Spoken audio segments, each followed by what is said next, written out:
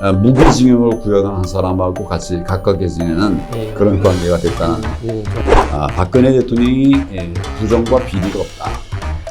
국민을 위하는 검찰이 아니라 국민이 원하는 검찰이 되자.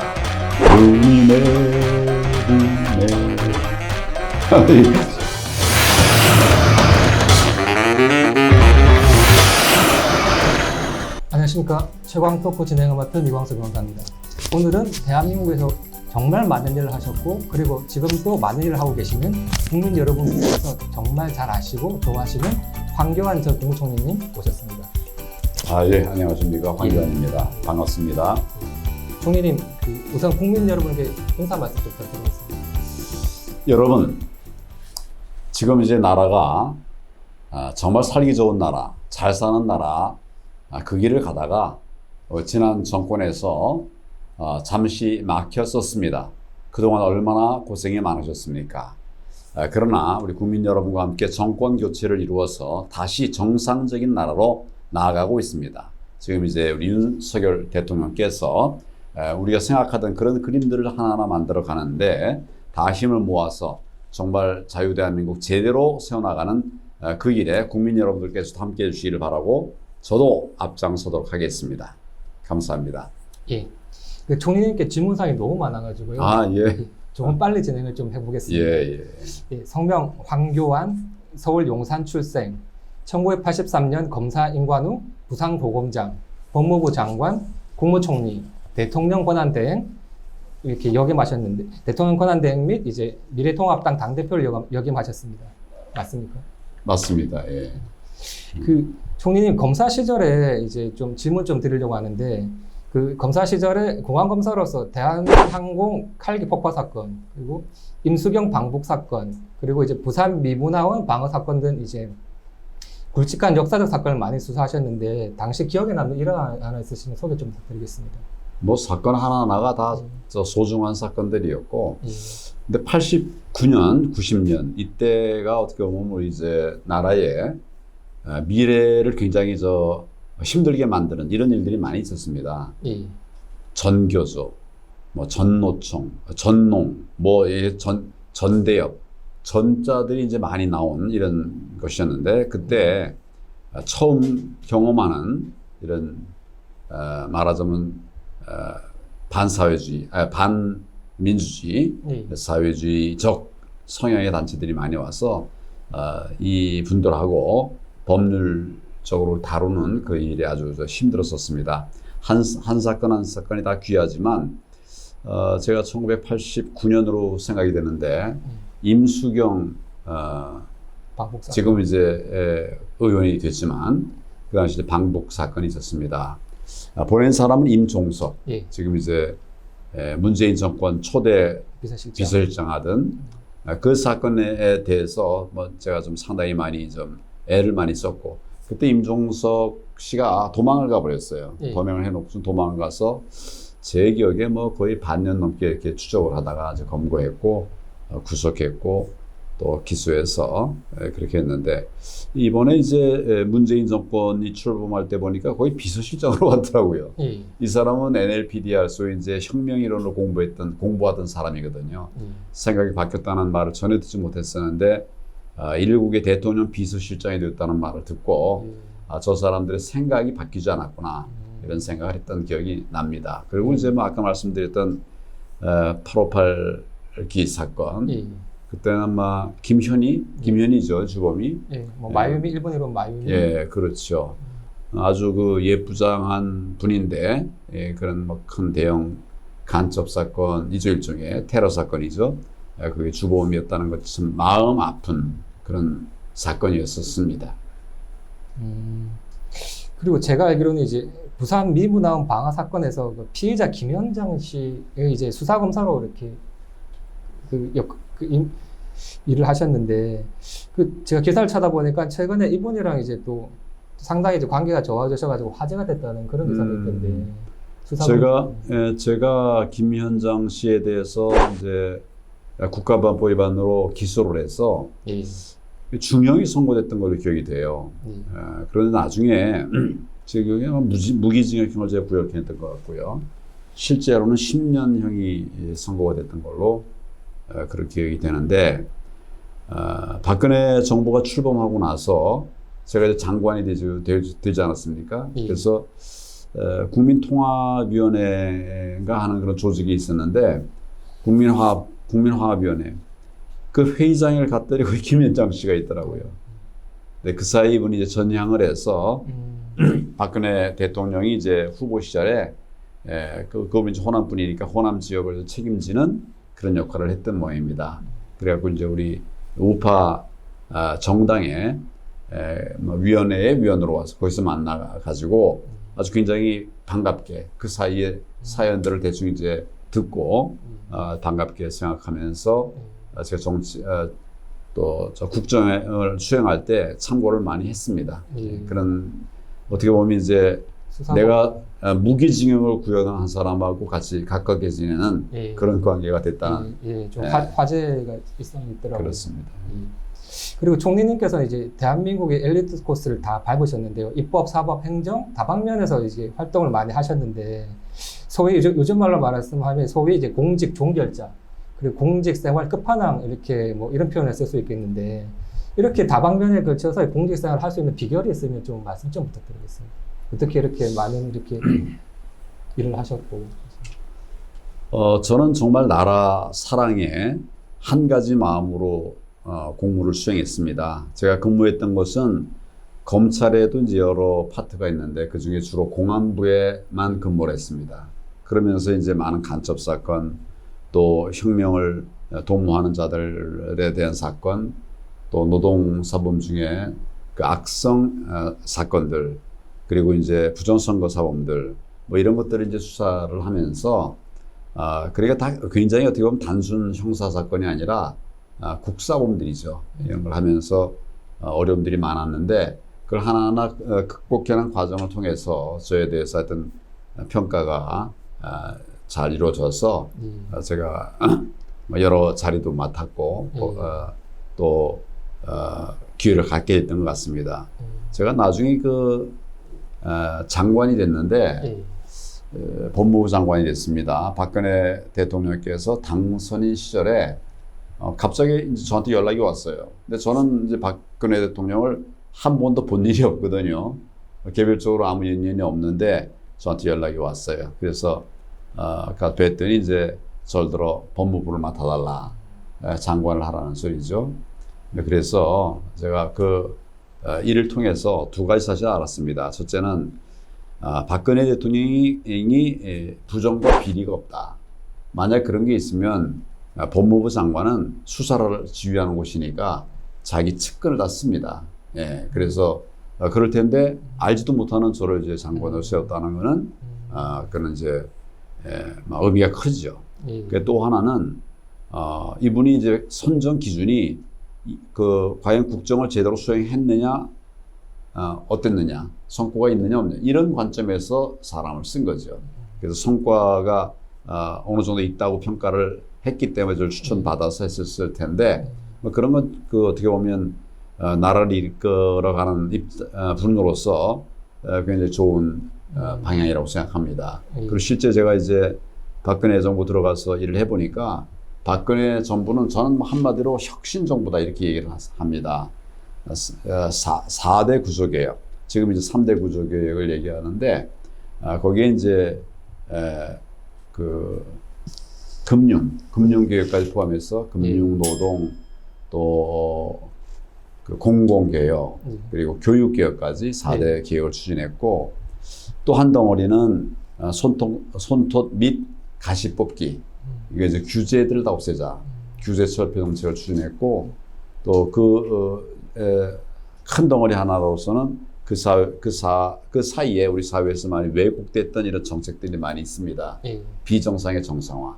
그래서 저는 뭐 개혁 정부라고 생각하고 그런 측면에서 최선을 다했고 국민들께서도 그에 대해서 평가를 해주신 것으로 그렇게 고맙게 생각합니다. 총리님, 지금 공직생활을 준비하고 있는 청년들에게 공직생활 당부 한 말씀을 이렇게 좀 해주십시오. 이렇게. 어떻게 뭐 하면 된다 이렇게. 네. 첫째는 잘하는 부분을 만들어내야 됩니다. 내가 잘하는 것. 뭐 공직자에게는 과제가 주어지니까 여러 과제 중에서 내가 뭐 특별히 이거는 자신 있다 하는 이게 하나 생겨야 될 것 같고요. 둘째는 소통이 굉장히 중요합니다. 소통이. 그러니까 내 혼자 독불장군은 성공하기 어렵습니다. 그래서 좀 같이 하는 소통 능력을 좀 길러야 내 힘이 90이라고 하더라도 같이 해야 이게 93, 95이 되지 혼자서 90 갖고서 성공하기는 어렵죠. 같이 하는 걸 좀 배웠으면 좋겠다. 한 가지 더 드린다고 하면 제가 그 대구 고검장 시절에 취임사에서 이런 말을 했습니다. 국민을 위하는 검찰이 아니라 국민이 원하는 검찰이 되자. 저는 이제 모든 공직자들에게 이 말 하고 싶어요. 국민들을 챙겨주는 이런 공직자가 아니라 국민들이 원하는 것을 해드리는 이게 이제 어떻게 보면 공익적 봉사자지요. 예, 근데 그런 관점을 갖고 있는 공무원들이 많지 않았던 것 같습니다. 그래서 그런 변환이 필요하다 이런 생각을 합니다. 알겠습니다. 그리고 총리님께서 이제 아까 말씀드렸듯이 이제 검사, 법무부 장관, 국무총리, 대통령 권한 등 당대표 등 이렇게 여러 이렇게 직책을 수행하셨는데 가장 적성에 맞는 직책을 하나 말씀해 주신다면 어떻게 꼽을 수 있을까요? 가장 내가 잘 맞는다. 내가. 직책으로 말하면 뭐 여러 가지가 다 이제 있을 텐데 예. 저는 현재의 보직, 현재의 자리 거기에 최선을 다했고 그때마다 막 이제 어떻게 보면 이게 내 적성이네 이런 생각했습니다. 마지막으로는 제가 당 대표를 했었고 예. 그다음에 이제 도전도 여러 번 했었습니다. 당 대표도 의미 있었고 또 여러 번의 도전들 실패한 도전도 있고 성공한 도전도 있습니다만 그런 도전 하나하나가 굉장히 저에게는 의미가 컸습니다. 어떤 분들은 뭐 성공한 것이 보람이 아니겠냐 그러는데 실패도 저는 스펙이라고 생각합니다. 그럼 가장 힘든 직책 이런 것 한마디 뭐 말씀을 이렇게 해주실 수 있을까요? 대통령 권한대행이 제일 어렵고 힘들었던 경험이었습니다. 그렇습니다. 그리고 총리님 지금 예전에 제가 총리님께서 색소폰 연주하는 영상을 한번 본 적이 있는데 네. 그 언제부터 어떻게 뭐 시작하게 되신 거예요? 요즘에도 하고 계십니까? 제가 이제 부산에 근무를 할 적에 예. 차장검사로 부산에 근무할 적에 저녁에는 사실은 차장검사들은 뭐 이렇게 사무실에 앉아 있기 힘들거든요. 밖에 나와야죠. 그래서 식사하고 이제 그러던 중에 그 부산에 가면 달맞이 고개라고 있습니다. 예, 있습니다. 해운대 쪽에 있습니다. 예, 거기서 이제 식사를 하는데 마침 색소폰 연주를 하는 악사가 있었어요. 거리 공연하시는 분? 아니 그 식당 안에서 식당에서 이제 손님들을 위해서 예. 이제 음악 연주를 하는 거죠. 근데 그 소리가 아주 매혹적이더라고요. 그래서 제가 그 악사한테 악사의 시간이 좀 남는 시간을 좀 해서 악사에게 배웠습니다. 그게 이제 2003년. 예. 그리고 이제 거의 매주 한두 시간씩 이렇게 했습니다. 제 그때 이제 하나의 계획, 미래 계획이라고 하면 내가 이 색소폰 잘 연주해가지고 나중에 이제 롯데 백화점 앞에 그 앞에 롯데 백화점 앞길에 이런 좌판 하나 깔아놓고 연주를 하고 지나가는 사람들에다 기부를 하면 이걸 가지고 어려운 사람들에게 도와주는 이런 일을 하자 이런 생각을 사실 했었어요. 언젠가 이제 롯데 백화점 사장을 우연히 만났습니다. 근데 그 얘기를 했더니 언제든지 와서 쓰시라고 내가 다 빌려주겠다고 아주 이렇게 고마웠는데 사실은 그 롯데백화점 앞길은 자기 땅이 아니에요. 서울시 땅이죠. 그래도 그 마음이 얼마나 귀합니까. 그런 마음으로 제가 색소폰을 시작했는데 뭐 잘했다고 생각합니다. 뭐 시간이 어떨지 모르겠는데 에피소드 하나 말씀드린다면 제가 2011년도에 이제 검사직을 다 마무리하고 친구들, 우리 색소폰을 부는 친구들 4명이서 같이 그 송년음악회를 한 일이 있습니다. 2011년 12월 27일. 되게 송년 모임들 뭐 술 먹고 막 그러는데 요때는 사실은 이제 일정들이 다 끝나요. 그래서 좀 한가할 수 있는 그때인데 술보다 우리 한번 멋진 문화예술로 한번 해보자. 근데 우리끼리 말고 가족들하고 하자. 친한 친구들 몇 명하고 하자. 그래서 이제 각자들이 한 20명씩을 이제 손님으로 모셔오고 네. 우리가 이제 어느 그 강남의 지하 1층에 있는 식당 여기를 이제 빌렸어요. 그래갖고 거기서 이 40분 연주하고 40분은 밥 먹고 또 40분은 2부 연주하고 뭐 이렇게 이제 했습니다. 돈은 다 우리가 냈어요. 네. 전부 35만 원씩 내가지고 했습니다. 아주 근데 굉장히 보람 있는 거예요. 그 참석했던 분들이 아주 정말 호응이 좋았습니다. 내년에도 해라. 그래서 내년 한 번 더 했습니다. 그때는 이제 저 예수의 전당에 카페가 하나 있어요. 푸치니요. 거기서 했습니다. 그러고 나서 장관 가는 바람에 제가 이제 이어가지 못했죠. 그래 우리 삶 속에 문화 생활을 하는 것은 사실 어렵지 않아요. 어렵지 않은데 다들 어려워하고 힘들어하는데 이제는 우리도 문화를 즐길 줄 아는 그럴 때가 됐다 이렇게 생각합니다. 18번은 뭐세요? 네? 주로 연주하는 곡 있으신가요? 눈이 내리네. 눈이 내리네. 톰 보레네즈. 아, 눈이 내리네. 노래도 잘하시는 것 같습니다. 아예 이 노래를 제가 하여튼 좋아했고. 예. 아, 그리고 제가 조사해 보니까 그 총리님께서 2009년에 창원지검 검사장 하시던 시절에 색소폰 CD를 발매한 적이 있으시던데 그때 무료로 이렇게 발표해 주신 거예요. 그렇죠. 네. 그 내가 색소폰을 한다는 그 얘기를 듣고 좀 이제 이렇게 뭐 좀 들려달라는 사람도 생기고 뭐 그랬어요. 그래서 그걸 한번 제가 이렇게 노래방 가서 그냥 연주를 해봤어요. 그건 좋긴 한데 너무 상태가 안 좋은 거예요. 그래서 제가 아는 사람에게 부탁을 해서 한번 이걸 음반으로 만들어 볼래 했더니 뭐 그래서 만들었습니다. 그래갖고 무료로 무료로 이제 이렇게 나눠줬죠. 혹시 재고가 남아 있지는 않습니까? 재고는 없는데 예. 그때 했던 것을 복제해서 제가 여러분들에게 준 일이 있습니다. 지금 남아있는 것도 좀 있을 것 같은데 그건 CD로 됐기 때문에 지금 들여봐도 못 써요. 나중에 뭐 영상 말고 제 자료로 보내드리겠습니다. 감사합니다. 그리고 총리님께서 음악 말고 이제 테니스도 잘 치신다는 이야기를 들었는데 예전에 테니스 왕자 이영택 선수와의 친선경에서 이겼다는 이야기가 있던데 이게 사실인가요? 혹시 뭐 이영택 선수가 몇 점 잡아주고 이렇게 하신 건가요? 그러니까 정식 시합한 게 아니고 검사들에게 이제 그 건강 관리 좀 해라 그래서 제가 테니스 클럽을 하나 만들었어요. 검사들의 테니스 클럽. 테니스 프로큐터 프로테라고 그래가지고 프로스큐터 테니스. 요거를 줄여서 그걸 만들어서 이제 행사를 쭉 할 텐데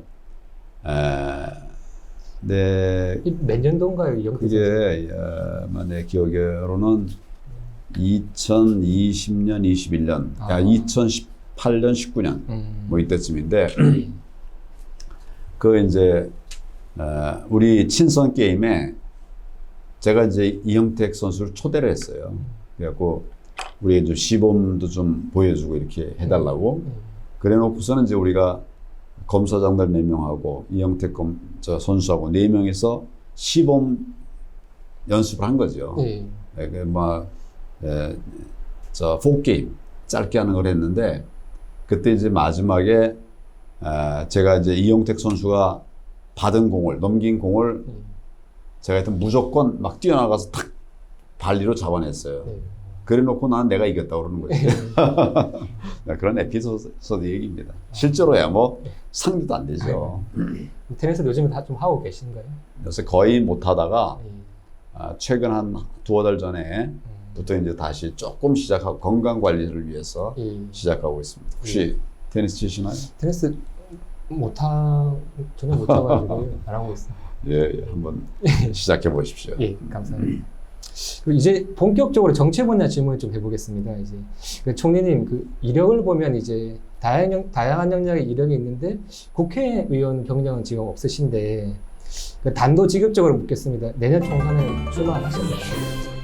저는 이제 정치를 시작했고 또 목표는 이제 큰 정치를 이루자 하는 것이니까 그 과정에 필요한 뭐 모든 걸 다 하려고 그래요. 근데 구체적으로 뭐 어느 선거는 어떠냐, 어느 선거 지금 이제 그렇게 말할 단계는 아니고 그러나 하여튼 필요한 모든 선거, 모든 정치 활동에 다 참여하려고 하는 생각을 가지고 하고 있습니다. 이건 사실은 쉬운 일은 아니지만 그러나 저는 이제 정치란 기간이 너무 짧은 사람이니까 다양한 경험을 갖는 것이 필요하다 그런 생각이기 때문입니다. 출마하신다고 이렇게 봐도 무방할 것 같은 모든 것을 다 하겠다. 나라를 지키기 위한 모든 것. 그럼 지역구 이런 거는 혹시 염두해 보신 적 있으세요? 아직은 뭐 그걸 할 때는 아니라고 생각하고 제 목표는 하여튼 저 큰 정치를 통해서 나라가 일어서게 하는 것, 제대로 되게 하는 것, 그것이 목표입니다. 알겠습니다. 그리고 이제 예전에 그 우병우 전 수석과 이제 최경환 전 장관들 출마설이 좀 나오고 있는데 어떻게 생각하세요? 이렇게 그분들도 이제 출마 뭐 하실 것 같으세요?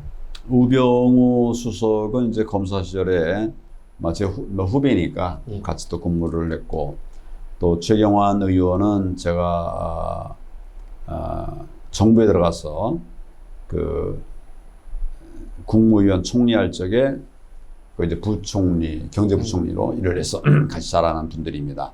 두 분 다 탁월한 능력을 가진 분들이에요. 어느 정치인 못지않게 역량 있는 분들이고 또 애국심 또 출중한 분이기 때문에 난 이런 분들이 좋은 자원들이 정치권에 많이 들어오는 것이 바람직한 일이다. 난 그렇게 생각을 합니다. 두 분에 대해서도 마찬가지 생각을 갖고 있습니다.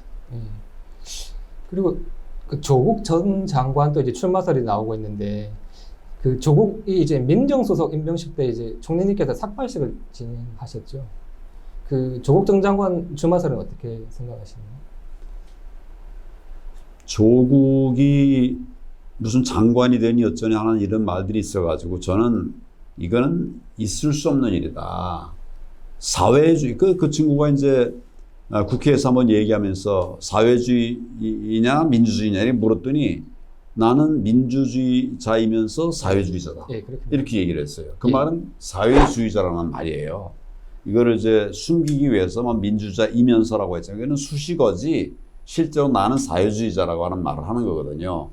그런 사람을 어떻게 우리 자유대한민국에서 중용을 합니까? 난 장관 시킨 것도 정말 잘못했다 생각하고 그래서 내가 뭐 정말 모든 걸 다해서 막아내기 위해서 이제 싸웠고 결과적으로 이제 쫓겨났는데 다시 또 스물스물 들어오고 있어요. 이거는 정말 못된 행각이라고 생각하고 제가 이제 통진당을 해산시켰습니다. 법무장관 2014년 통진당 해산을 했는데 그때 이제 법에는 없지만 우리가 선거 헌재를 설득해서 당도 해산을 하지만 당 해산이라는 건 결국은 그 가장 핵심 세력인 국회의원들의 자격을 없애야 하는 것이거든요. 그런 설명을 했는데 받아들여졌습니다. 그래서 이제 없어졌는데 이게 다시 스물스물 지금도 다시 나오고 있어요. 통진당 잔존 세력이 지금 이제 민노총 들어가서 또 민노총을 장악했다는 말이 있습니다. 이런 거는 이제 돼서는 안 되는 일이고 그런 사람이 어떻게 지금 이 조국이 국민들이 그런 많은 분노를 일으켰던 사람이 다시 무슨 일을 하겠다. 뭐 아직도 자기 딸 찬스, 아빠 찬스, 엄마 찬스 때문에 국민들의 비난을 받았던 그런 것이 아직도 기억이 생생합니다. 지금도 이제 지금이나 이후라도 정부 부분에서 정책 부분에서 정치 부분에서 오락가락하는 일은 안 맞는 자다. 저는 이렇게 생각합니다. 알겠습니다. 그리고 이제 그 총리님께서 이제 박근혜 전 대통령님과는 소통을 하고 계신가요? 지금? 박근혜 대통령에 대해서는 제가 장관으로 이제 가까이 모시고 있었고 총리 마시고 있었었는데 탁월한 분입니다. 그러니까 탁월하다는 말씀은 정말 어떤 정치를 위해서 대통령을 꿈꿨던 분이 아니고 나라를 위해서 꿈꿨던 분이에요. 이분이 이제 했던 정책은 전부 다 개혁 정책이었습니다. 4대 구조개혁, 비정상의 정상화 개혁, 그리고 규제 개혁, 뭐 이런 개혁 정책을 한 분이기 때문에 저는 뭐 다른 정치인들이 하는 것들을 봤습니다. 누구에 비교해서도 이분 탁월한 분이고 사심이 없는 분이고 그렇습니다. 근데 이분이 이제 억울하게 옥고를 치르셨는데 그때 제가 계속 석방해야 된다, 사면해야 된다 이런 얘기를 쭉 했었죠.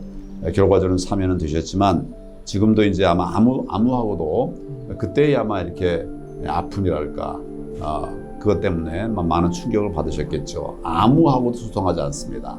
저하고도 물론이고 그 당시 도와드렸던 비서실장들하고도 아무 소통을 하지 않으시는데 저는 빨리 박근혜 대통령께서 건강을 회복하셔서 시민들과 함께하는 그런 전직 대통령이 되시도록 바라고 있습니다.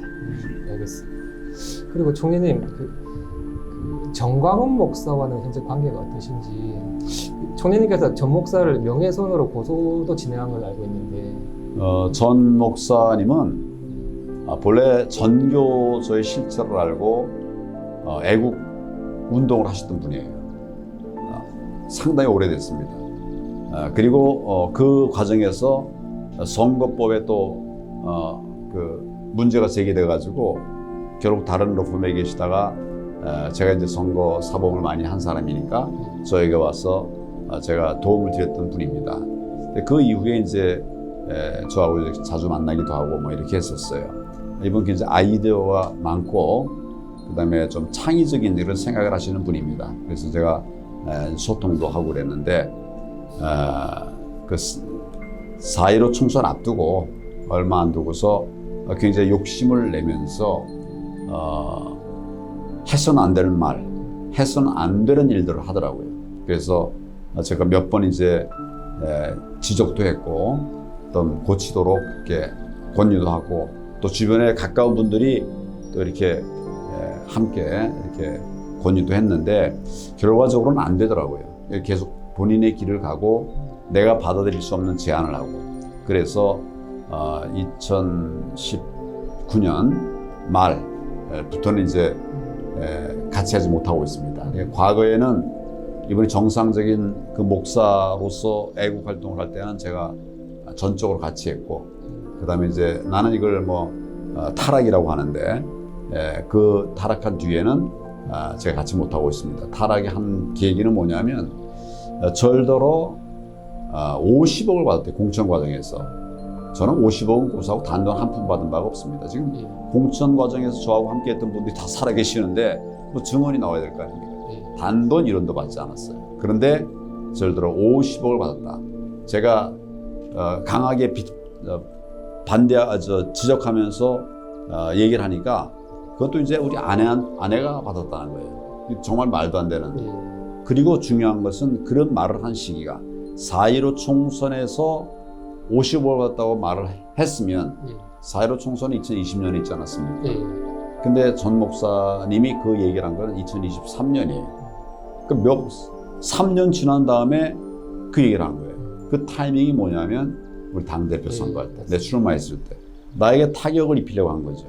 이거는 있을 수 없는 일입니다. 그래서 제가 그 부분은 이제 고소를 해놓은 거죠. 그럼 일단 화해 가능성은 전혀 이렇게 없으신? 제가 그래서 사과를 해라 라고 이제 얘기를 했어요. 여러 사람이 저한테 그냥 이렇게 화해를 하라고 그러더라고요. 근데 절대로 50억 받았다. 정치인에게 치명적인 그런 가짜 뉴스를 퍼뜨려 놓고서 그런 화해를 해라. 그래서 사과를 해라. 그러면 좋다. 그랬더니 사과도 안 하면서 계속 그래 하니까 같이 가기가 어려워진 거죠. 알겠습니다. 그리고 총리님이 이승만 기념사업회 이사장을 맡고 계시죠? 그렇습니다. 이승만 대통령은 지금 우리 역사에서 좀 부정적 인식이 좀 많은 게 사실인데 그 기념사업에 관련돼서 이제 설명을 어떻게 하고 계신지 설명을 좀 부탁드리겠습니다. 그러니까 누구나 정치인 특히 공과 과가 있습니다. 공과가 있는데 과만을 부각해가지고 공을 다 모른 채 한다고 하면 이건 올바른 평가가 아닙니다. 저는 저는 사실 이승만 건국 대통령 기념사업회라고 하고 있습니다. 정확하게는 이승만 건국 대통령 기념사업회를 통해서 제가 말씀드리려고 하는 것은 공정하게 평가하고 높일 것은 높이고 고칠 것은 고쳐야 된다. 이런 생각입니다.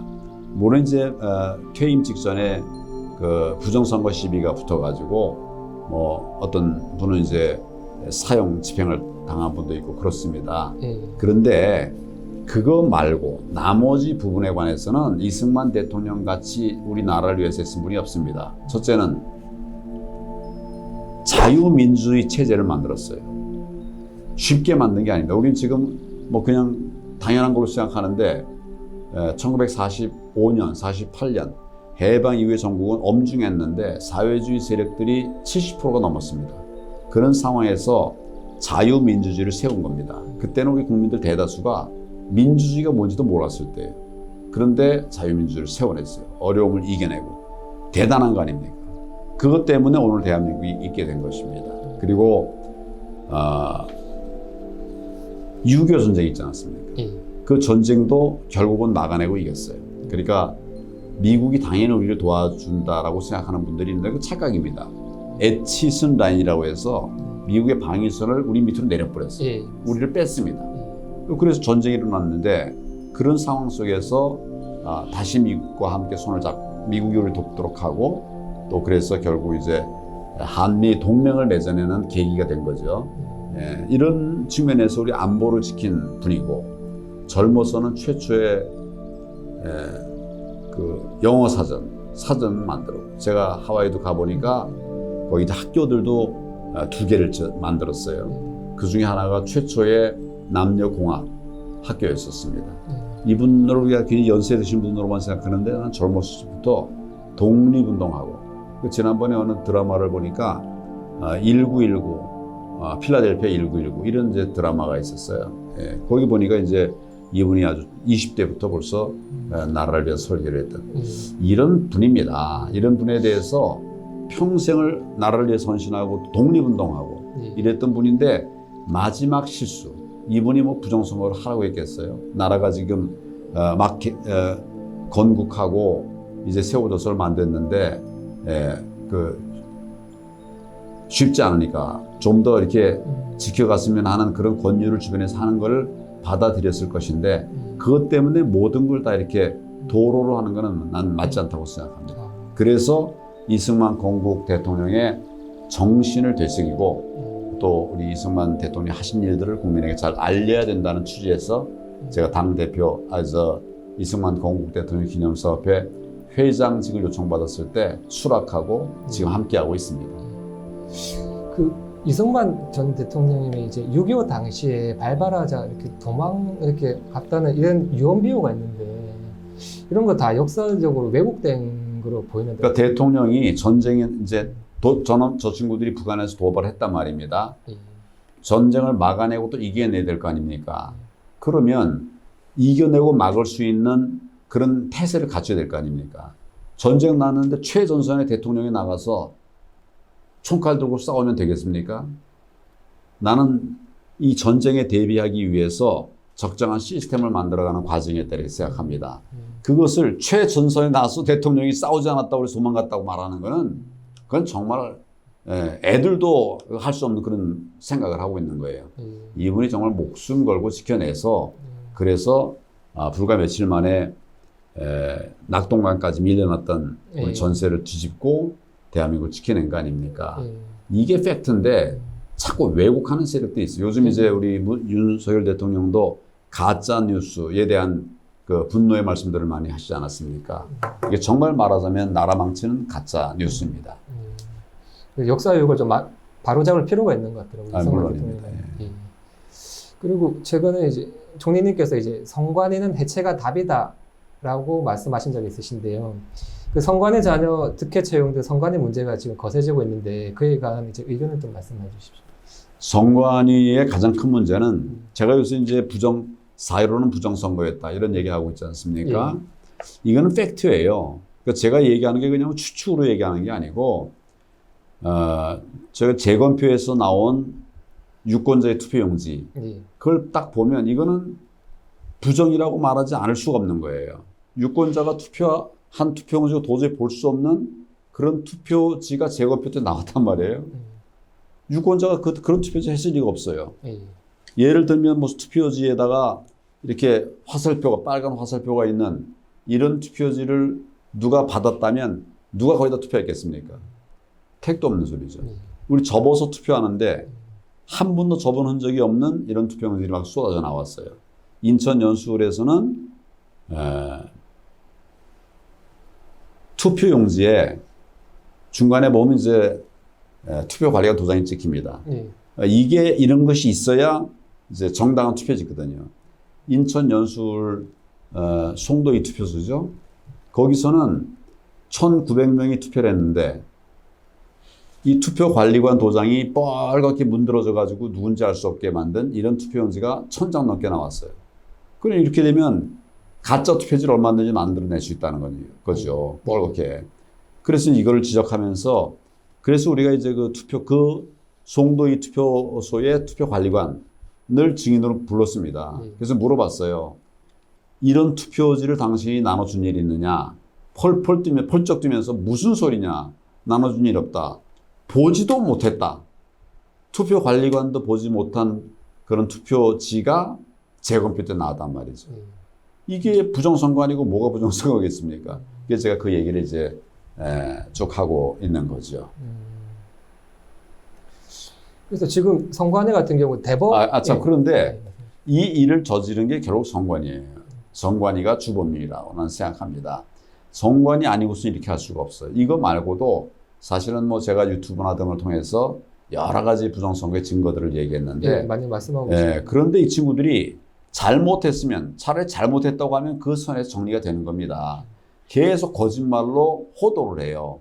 예를 들면 우리가 이제 빳빳한 투표지, 한 번도 접어본 적이 없는 투표지를 현장에서 봤기 때문에 어떻게 이 투표지가 한 번도 접지 않은 그런 투표지가 나왔냐. 우리가 그런 지적을 하면서 이걸 이제 부정선거의 증거다 그랬더니 나중에 선관위가 발표한 것이 아예 그 영상으로 아나운서까지 동원해가지고 영상 발표를 했어요. 우리가 사용한 투표용지는 특수용지를 썼다. 원형 회복되는 이런 특수용지를 썼다. 이렇게 말을 했어요. 원형이 회복되는 종이는 세상에 없습니다. 그래서 한 번 이제 국회에서 종이 전문가를 불러가지고 물어봤어요. 그때 종이 전문가가 막 실소를 금하지 못하고 그런 종이는 없습니다. 이렇게 하는 소위 거짓을 부정선거를 만들어냈을 뿐만 아니라 방관했을 뿐만 아니라 지적됐을 때 거짓말을 하는 개선책이 없는 거예요. 저는 사실은 이런 문제들을 놓고 국정원이 지금 선관위원회에 대한 해킹 우려가 있다. 보안 점검을 좀 해야 되겠다. 이랬을 때 이걸 거부했거든요. 그 속에 보안 점검을 해버리면 뭐가 나올지 모르니까 거부한 거죠. 나는 이 문제가 더 크다. 이런 생각이고 거기에 더 나아가서 이제 뭐 아들, 딸들을 또 이제 선관위에 부정 채용했어요. 이건 이제 뭐 채용 비리인데 이런 거 포함해서 정말 이런 것들이 도저히 이제 고칠 수 없는, 고쳐서 바로잡을 수 없는 단계가 됐다라는 그렇게 봅니다. 잘못된 정부기관이 있으면 그건 해체하고 새로 만들어야죠. 저는 그래서 제가 선관위는 해체해야 된다라고 하는 메시지를 계속 내고 있는 겁니다. 당장 내년 총선에서 이렇게 또 똑같이 이런 게 뭐 부정선거가 뭐 나올 수도 있잖아요. 그러니까 재발 방지가 좀 저는 뭐 100% 나온다고 생각합니다. 그래서 부정선거를 하고 싶어도 할 수 없는 시스템을 만드는 게 필요합니다. 그러니까 제일 먼저 중요한 거는 사전투표를 통해서 많은 부정선거가 있었어요. 사전투표에 왜 그런 부정선거가 많느냐 하면 사전이니까 정말 사전에 투표한 다음에 개표하기 전에 그걸 보관을 합니다. 4일, 5일, 첫째 날에 투표한 거는 5일, 둘째 날에 투표한 건 4일 동안 보관을 하거든요. 그 안에서 무슨 일이 저질릴지 알 수 없는 거예요. 또 실제로 많은 문제들이 저질러졌죠. 그래서 이런 사전투표를 하지 마라. 제가 이제 사전투표를 하지 말라고 그래 사전투표 대신에 당일 투표를 해라. 이렇게 얘기했더니 선관위가 또 저를 고소를 했어요. 제가 사전투표를 하지 말고 당일 투표를 하라 그랬더니 투표 방해를 했다는 투표 방해죄로 고소해서 물론 무혐의가 됐죠. 이런 정말 무도하기 때문에 제가 이제 이 시스템으로 안 된다. 그런 얘기를 하고 있는 거죠. 제가 생각하기에는 일단 이제 대법관이 선관위원장직을 겸직하면서 비상임이란 말이죠. 그렇기 때문에 이제 비상임 같은 경우는 매일 출근하는 게 아니기 때문에 그렇습니다. 업무 파악이 좀 어려울 수 있는 것 같은데 그렇기 때문에 이제 사무총장에 휘둘리기도 하는 것 같은데 어떻게 생각하십니까? 맞습니다. 정확하게 맞는 말씀이고요. 사무총장, 그다음에 상임 선관위원이 있습니다.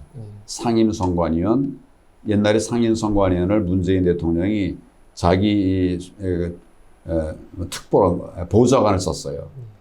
그래서 그걸 지적하기도 했고, 그러니까 상임 선관위원, 사무총장이 왜곡되면 그러면 이제 선거 관리가 제대로 될 턱이 없죠.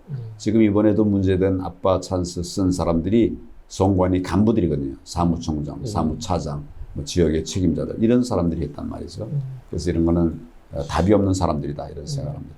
제가 보기엔 대법관이 꼭 선관위원장직을 겸직해야 되나 이런. 그 문제 말씀하셨는데 저는 그 필요 없다고 생각합니다. 그리고 선거 관리라는 건 정말 관리죠. 관리만 하면 되는 거를 대법관이 하면 어떤 문제가 생기는가 하면 대법관이 선관위원장 하다가 그다음 다시 또 법원에 재판을 해요. 만약에 선관위 문제가 있으면 재판이 똑바로 되겠습니까? 맞습니다. 내가 선관위원장이 있었었는데 그 법원에 있는 분들은 선관위원회의 문제점에 대해서는 아무도 말하는 사람이 없어요. 내가 했던 일이니까, 내가 인볼브 됐던 것이니까. 그래서 이거는 그렇게 비상임으로 할 게 아니라 선관위를 둔다면 선관위원장은 전문성 있는 상임을 둬야 된다. 그 가급적이 아니라 이거는 뭐 그런데 법원 출신이 아닌, 그래서 이게 이해가 이해가 같이 합치하지 않는 이런 사람을 선관위원장으로 세워야 된다고 생각합니다. 알겠습니다. 그리고 총리님께서는 당대표를 역임하셨는데 지금 당대표 선배로서 이제 현재 국민의힘 김기현 당대표의 전반적인 당 운영에 대해서 어떻게 보고 계세요? 부드럽게 당을 운영하고 있죠. 이분 자체가 좀 부드러운 분이고 소통을 또 잘하는 분입니다. 근데 이제 우리 당원들이 또 얘기하는 거는 지금 이제 부드러운 것도 필요하지만 좀 강력한 투쟁도 필요하다. 뭐 그런 얘기들을 많이 하고 있죠. 그래서 제가 이제 당대표 선거 끝난 다음에 김기현 당대표가 좀 만나자고 그래서 같이 이제 식사를 하면서 제가 그런 얘기를 했습니다. 그러니까 우리는 부드럽게도 품고 그리고 강력하게도 싸우고 이 두 가지가 다 병행해야 되지 이 투쟁하는 부분이 약해지면 그건 정당으로서 기능을 하기 어렵다. 이런 그 얘기를 했고 본인도 많이 공감을 해서 요즘 보면 많이 강해진 것 같아요. 예. 그리고 이제 총리님 내년 총선 전망 어떻게 보세요? 뭐 전망을 하는 것보다도 저는 이제 당원이고 당대표였던 사람이니까 총선에서 반드시 이겨야 됩니다. 그러면 그 승리 방안에 대해서 좀 의견을 좀 개진해 주십시오. 어떻게 하면 국민의힘이 이제 반드시 이겨야 된다는 이건 하나의 명제고요. 둘째는 뭉쳐야 됩니다.